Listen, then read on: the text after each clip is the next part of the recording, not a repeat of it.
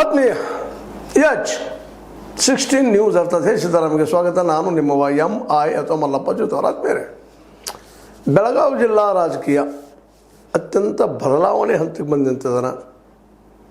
ಬೆಳಗಾವಿಯಲ್ಲಿಯ ನಮ್ಮ ಜಾರಕಿಹೊಳಿ ಸಹೋದರರ ಹಿಡಿತ ಜೋರಾಗ್ತಾ ಇದೆಯಾ, ಅದೇ ಕಾಲಕ್ಕೆ ಅವ್ರ ಹಿಡಿತವನ್ನು ತಪ್ಪಿಸಬೇಕು, ತಮ್ಮ ಕೈಗೆ ಅಧಿಕಾರ ತೆಗೆದುಕೊಳ್ಬೇಕು ಅನ್ನೋಂಥ ಅವ್ರ ವಿರೋಧಿಗಳ ಸಂಘಟನೆ ಒಳಗಿಂದೊಳಗೆ ಗಟ್ಟಿ ಆಗ್ತಾ ಇದೆಯಾ, ಇದು ಎಲ್ಲ ಇವತ್ತಿನ ದೊಡ್ಡ ಚರ್ಚೆ ನಡೀತಾ ಇದೆ ಜಿಲ್ಲೆಯಾದ್ಯಂತ. ಯಾಕ್ರಿ ಜಾರಕಿಹೊಳಿ ಅವರು ಅಷ್ಟೇ ಆಳಬೇಕು, ನಮಗೇನಿಲ್ವಾ ಅನ್ನುವಂಥ ಪ್ರಶ್ನೆಗಳು ಎಲ್ಲ ಕಡೆ ಹೇಳ್ತಾ ಇದ್ದಾವೆ. ಹೀಗಾಗಿ ಆದಷ್ಟು ತಮ್ಮ ಏರಿಯಾದಲ್ಲೇ ಜಾರಕಿಹೊಳಿ ಸಹೋದರರು ಎಂಟ್ರಿ ಆಗದಂಗೆ ನೋಡ್ಕೋ ಪ್ರಯತ್ನ ಮಾಡ್ತಾ ಇದ್ದಾರೆ ಅಂತ ಸುದ್ದಿಗಳು ಎಲ್ಲ ಕಡೆ ಹಬ್ತಾ ಇದ್ದಾವೆ. ಉದಾಹರಣೆ ನೋಡ್ರಿ, ರಾಮದುರ್ಗ ರಾಜಕೀಯದಲ್ಲೇ, ಸಹಕಾರ ರಾಜಕೀಯದಲ್ಲೇ ನಮ್ಮ ಬಾಲಚಂದ್ರ ಅವರು ಎಂಟ್ರಿ ಹೊಡೆದಂಗೆ ಅಲ್ಲಿ ಯಾದವಾಡ ಮತ್ತು ಪಟ್ಟಣವರು ಒಂದಾಗಿಬಿಟ್ರು.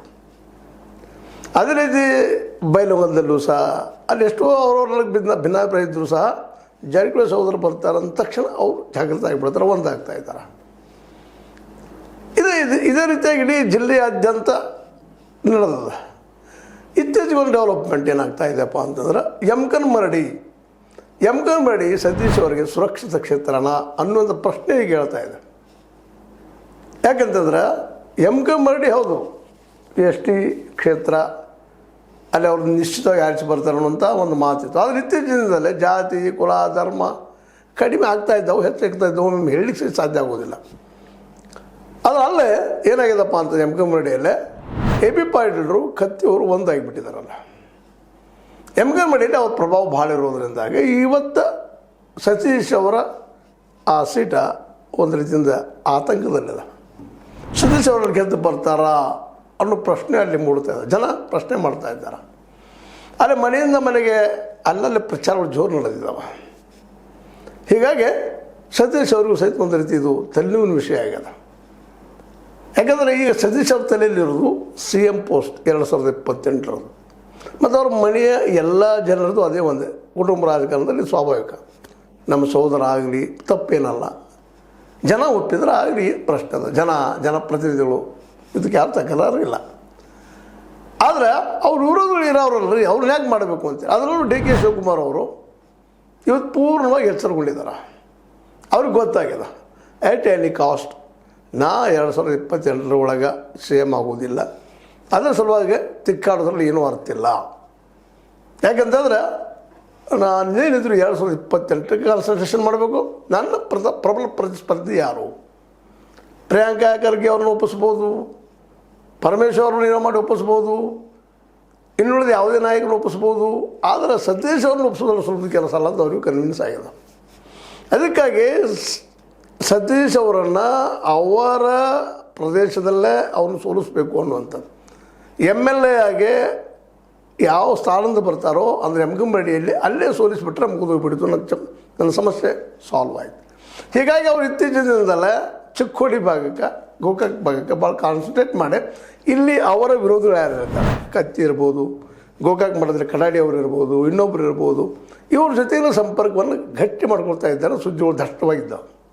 ಹೀಗಾಗಿ ಸತೀಶ್ ಅವರು ಸಹಿತ ಯಮಕನಮರಡಿ ಬಗ್ಗೆ ಚಿಂತನೆ ಮಾಡ್ತಾಯಿದ್ದಾರೆ. ನಾನು ಇನ್ನೊಂದು ಕ್ಷೇತ್ರ ನಿಲ್ಲಬೇಕಾ ಅನ್ನೋದು ಚಿಂತನೆ ಅವರಲ್ಲಿ ಎದ್ದಿದೆ, ಅಥವಾ ಅಲ್ಲಿ ಬಿಟ್ಟು ಬೇರೆಗೆ ನಿಲ್ಲಬೇಕಾ ಅನ್ನೋದೇನೋ ಎದ್ದಂತ ಅವರ ಅತ್ಯಂತ ಆತ್ಮೀಯರು ಬಂದು ಮಾತಾಡ್ತಾ ಇದ್ದಾರೆ. ಹೀಗಾಗಿ ಬೆಳಗಾವಿ ಜಿಲ್ಲೆಯ ರಾಜಕೀಯ ಸಂಚಲನ ಜೋರು ನಡೆದವ್ರಿ. ಅದರಲ್ಲೂ BL ಸಂತೋಷ್ ಅವರು ಬಂದು ಹೋದ್ಮೇಲೆ ಅಂತೂ ಸತೀಶ್ ಅವ್ರನ್ನ ಟಾರ್ಗೆಟ್ ಮಾಡ್ತಾ ಇದ್ದಾರೆ. ಅದರಲ್ಲೂ ಅವರು ಅಹಿಂದ ಮೂಮೆಂಟನ್ನು, ಸ್ಮಶಾನವನ್ನು, ಅವನ ವೈಚಾರಿಕ ವಿಚಾರಗಳನ್ನು, ಇಂಥ ವಿಚಾರಗಳ ಬಗ್ಗೆ ಟೀಕೆಗಳು ಜೋರಾಗ್ತಾ ಇದ್ದಾವೆ. ಅದರಲ್ಲೂ ಮುಖ್ಯವಾಗಿ BL ಸಂತೋಷ್ ಅವರಾಗಿರ್ಬೋದು. ಅದೇ ಕಾಲಕ್ಕೆ ಇನ್ನೊಂದು ಭಾಳ ಸೂಕ್ಷ್ಮ ಡೆವಲಪ್ ಆಗ್ತಾ ಇದೆ, ಕಣೇರಿ ಶ್ರೀ ಅವರು ಸಹಿತ ಸ್ಮಶಾನ ಬಗ್ಗೆ, ಇನ್ನುಳಿದ ಬಗ್ಗೆ ಟೀಕೆ ಮಾಡ್ತಾ ಇದ್ದಾರೆ. ಅಂದರೆ ಹಿಂದುತ್ವದ ನೆಲೆಗಟ್ಟಿನಲ್ಲಿ ಅಂದರೆ BJPಗರು ಹೆಚ್ಚು ಕಡಿಮೆ ಇವರನ್ನು ತೀವ್ರವಾಗಿ ವಿರೋಧ ಮಾಡ್ತಾ ಇದ್ದಾರೆ. ಮತ್ತು ಅಲ್ಲಿ ಅಷ್ಟಗಿ ಮತ್ತು ಇನ್ನೊಬ್ಬರು ಉಂದ್ರಿ, ಇವರಿಬ್ಬರಲ್ಲಿ ಯಾರಾದರೂ ಒಬ್ಬರನ್ನಿಲ್ಲ ಸರ್, ಈ ಸಲ ಅವರು ಕೆಲವಲೇಬೇಕು ಅನ್ನೋಂಥ ದೊಡ್ಡ ಒಂದು ಪ್ರಯತ್ನ, ಪ್ರಯತ್ನ ನಡೆದ. ಅದು ಗೆಲ್ತಾರೆ ಸೋಲ್ತಾರೆ ಸೆಕೆಂಡ್ರಿ, ಬಟ್ ಪ್ರಯತ್ನ ನಡೆದಿನ ಸುಳ್ಳಲ್ಲ. ಇದೇ ಕಾಲಕ್ಕೆ ಜಿಲ್ಲೆಯಾದ್ಯಂತ ಜಾರಕಿಹೊಳಿ ಸಹೋದರರು ಎಂಟ್ರಿ ಆದಾಗ ಎಲ್ಲ ಕಡೆ ಎಲ್ಲ ತಾಲೂಕುಗಳಲ್ಲಿ ಅಲ್ಲಲ್ಲಿ ಲೀಡರ್ಗಳು ತಮ್ಮ ತಾಲೂಕಿನ ಬಾಗಿಲನ್ನು ಮುಚ್ತಾ ಇರ್ತಾರೆ. ಇವ್ರು ಬರಬಾರದು ಬಂದು ನಮ್ಮದೆಲ್ಲ ಕಸ್ಕೊಂಡು ಬಿಡ್ತಾರೆ ಅನ್ನುವಂಥ ಭಾವ ಮೂಡಲಿರ್ತದೆ. ಇದರಿಂದಾಗೆ ಇವತ್ತು ಬೆಳಗಾವಿ ಜಿಲ್ಲೆಯ ರಾಜಕೀಯ ಭಾಳಷ್ಟು ಚರ್ಚೆಗೊಳಗಾಗ್ತಾ ಇದೆ. ಇನ್ನು ಕೆಲವೊಂದು ಜನ ಅತ್ಯಂತ ಅವರ ಬಳಗದ ಆತ್ಮೀಯರು ಮಾತಾಡ್ತಾ ಇರ್ತಾರೆ, ಇಲ್ಲ ಗೋಕಾಕ್ ಬರ್ಬೋದಿರೋ ಸದಸ್ಯರು ನಿಲ್ಬೋದು ಅಂತ. ಹಾಗಾದ್ರೆ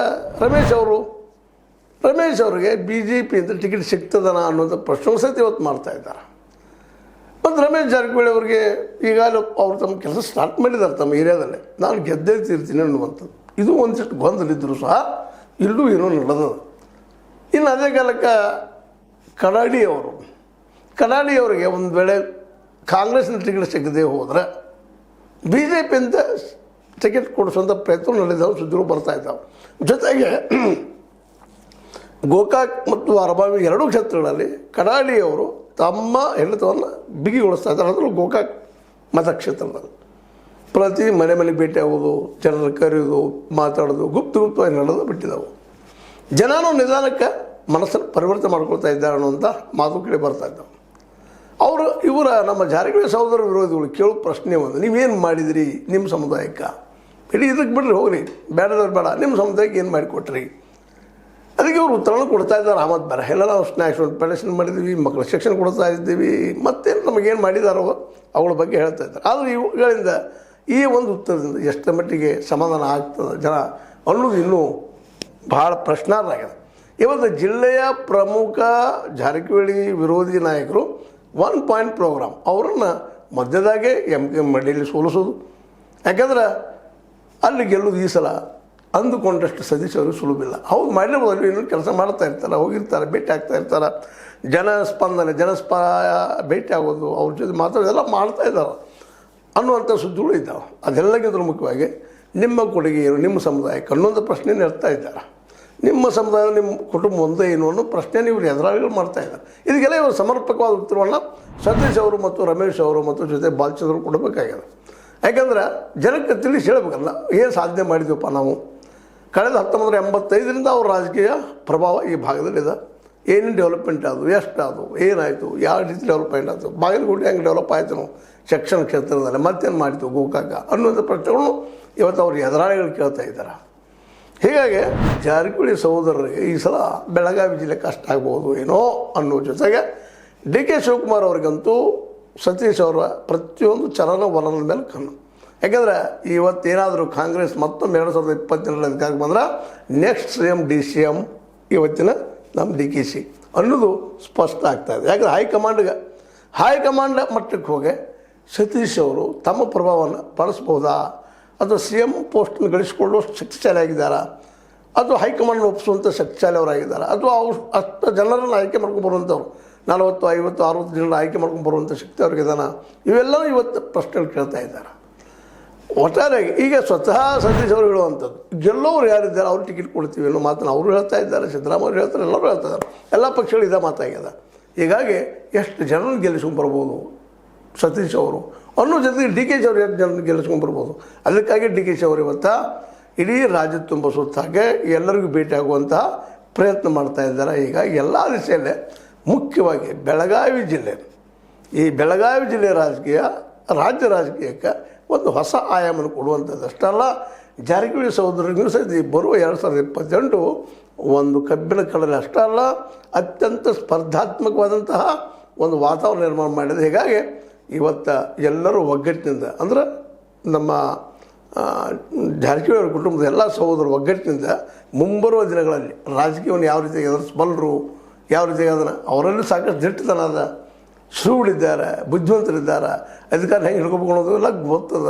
ಇಲ್ಲಂತಲ್ಲ, ಅವ್ರಿಗೆ ಬುದ್ಧಿಯ ಶಕ್ತಿ ಮುಕ್ತಿ ಇಲ್ಲಿ ರಾಜಕೀಯವಾಗಿ ಯಾರಿಗಿಲ್ಲ ಅನ್ನೋದು ಅಷ್ಟ ಸತ್ಯದ.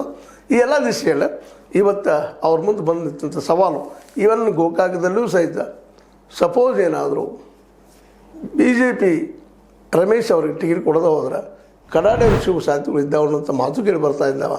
ಅದೇ ಕಾಲಕ್ಕೆ ಸತೀಶ್ ಅವರು ಯಮಕನಮಳ್ಳಿ ಜೊತೆ ಗೋಕಾಕದಲ್ಲೂ ನಿಲ್ಬೋದೇನೋ ಅನ್ನೋಂಥ ಮಾತುಗಳು ಕೇಳಿ ಬರ್ತಾ ಇದ್ದಾವೆ. ಇನ್ನು ಈ ನಡುವೆ ಏನದಪ್ಪ ಅಂತಂದ್ರೆ ಸಹಜದ ಬೇರೆ ಬೇರೆ ಸ್ಥಾನಗಳಿಗೆ, ಸ್ನಾನಗಳಿಗೆ, ಏರಿಯಾಗಳಿಗೆ ಹೋಗಿ ತಮ್ಮ ಒಂದು ಪ್ರಭಾವವನ್ನು ಹೆಚ್ಚು ಮಾಡಿಕೊಳ್ಳುವಂಥ ಪ್ರಯತ್ನವನ್ನು ಜಾರಕಿಹೊಳಿ ಸಹೋದರರು ಮಾಡ್ತಾ ಇದ್ದಾರೆ. ಆದರೆ ಈ ಮಾಡಿಕೊಳ್ಳುವ ಪ್ರಯತ್ನ ಇವ್ರಿಗೆ ಮುಳುವಾಯಿತು ಅಂತ. ಯಾಕಂದ್ರೆ ಕತ್ತಿಯವರ ಹುಕ್ಕೇರಿಗೆ ಎಂಟ್ರಿ ಹೊಡೆದ್ರು, ಅದರ ನಂತರ ಉಳಿದ ಎಲ್ಲ ರಾಜಕಾರಣಿಗಳು ಎಚ್ಚರಗೊಂಡಿದ್ದಾರೆ. ಜೊತೆಗೆ ತಮ್ಮ ಕ್ಷೇತ್ರದಲ್ಲಿ ಇವರು ಬರೆದಂಗೆ ತಡೆಗೋಡೆಗಳನ್ನು ಕಟ್ತಾ ಇದ್ದಾರೆ ಮತ್ತು ಅವ್ರ ಕ್ಷೇತ್ರದಲ್ಲೇ ಅವರನ್ನು ಸೋಲಿಸುವಂಥ ಪ್ರಯತ್ನಕ್ಕೂ ಸಹಿತ ಕೈ ಹಾಕ್ತಾ ಇದ್ದಾರೆ. ಅದರಲ್ಲೂ PL ಸಂತೋಷ್ ಅವರು ಬಂದು ಹೋದ್ಮೇಲೆ ಸಾಕಷ್ಟು ಬದಲಾವಣೆಗಳು BJPಯಲ್ಲೂ ಆಗಿದ್ದಾವೆ. ಅದ್ರ ಪರಿಣಾಮ ಏನಾಗ್ತದೆ ನೋಡ್ಬೇಕಾಗ್ಯದ. ಜೊತೆಗೆ ಸತೀಶ್ ಅವರಿಗೆ ಮತ್ತು ಅವ್ರ ಕುಟುಂಬದವ್ರಿಗೆ ಅಂದ್ರೆ ಜಾರಕಿಹೊಳಿ ಸಹೋದರಿಗೆ 2028 ನಿಜವಾಗಿಯೂ ಪರೀಕ್ಷಾ ಕಾಲ ಅನ್ನೋದ್ರಲ್ಲೇ ಇನ್ನೇನು ಭಿನ್ನ ಮತ ಉಳಿದಿಲ್ಲ. ಅವರವರು ಸ್ಥಾನಗಳನ್ನು ಮೊದಲು ಉಳಿಸ್ಕೊಂಡು ಆ ನಂತರ ಮುಖ್ಯಮಂತ್ರಿ ಪದವಿಗೆ ಹೋರಾಟ ಮಾಡುವಂಥ ಪರಿಸ್ಥಿತಿ ಅದ. ಅವ್ರಲ್ಲಿ ಶಕ್ತಿ ಇದ್ದಾರೆ, ಅವರಲ್ಲಿ ಎಬಿಲಿಟಿ ಅದ. ಆದರೆ ಅದೇ ಕಾಲಕ್ಕೆ ಅವ್ರ ವಿರೋಧಿಗಳು ಸಹಿತ ತಮ್ಮ ಎಬಿಲಿಟಿಯನ್ನು ಸಹಿತ ಹೆಚ್ಚು ಮಾಡ್ಕೊಳ್ತಾ ಇದ್ದಾರೆ ಅನ್ನೋ ಸಹಿತ ಇತ್ತೀಚಿನ ಬೆಳವಣಿಗೆ. ಇದು ನಾವು ಕೇಳಿದ್ದು. ಇದರಲ್ಲಿ ಸತ್ಯ ಎಷ್ಟೋ ಸುಳ್ಳೆಷ್ಟೋ ಅವರ ಪ್ರಮಾಣಿಸಿ ನೋಡುವಂಥ ಅವ್ರ ಕೆಲಸ, ಪತ್ರಕರ್ತನ ಕೆಲಸ. ಏನು ನಡೆದಪ್ಪ ಆ ಏರಿಯಾದಲ್ಲಿ ಅನ್ನೋದನ್ನು ಇದ್ದಿದ್ರಲ್ಲಿ ಪ್ರಾಮಾಣಿಕವಾಗಿ ಎಷ್ಟು ಸಾಧ್ಯ ಅಷ್ಟು ಕೇಳಿದ್ರೆ ನೆಲಗಟ್ಟೆ ಇದು ಮಾಡಿದ್ದ. ಇದು ಮೋಸ್ಟ್ಲಿ ಸತ್ಯಕ್ಕೆ ಸಮೀಪದಂಥ ಒಂದು ಅಂಬೋಣ. ನೋಡು ಏನಾಗ್ತದೆ ಇದು. ಯಾಕಂದರೆ ಇನ್ನು ಕಣ ಮಾತ್ರ ಜೋರಾಗೋದು 2028 ಜಾರಕಿಹೊಳಿ ವರ್ಸಸ್ ಅದರ್ಸ್ ಅಲ್ವಾ ಅಂತ ಹೇಳ್ತಾ ಇದು ನಿಮ್ಮ ಲೈಕ್ ಆಗ್ಬೋದು. ಲೈಕ್ ಮಾಡಿ ಶೇರ್ ಮಾಡಿ ಕಮೆಂಟ್ ಮಾಡಿ. ಜೊತೆಗೆ ಸಬ್ಸ್ಕ್ರೈಬ್ ನೋಡಿ. S16 ನ್ಯೂಸ್ ಅರ್ಥ ಸತ್ಯದ ಕೈಗಳಲ್ಲಿ ವಂದನೆಗಳು.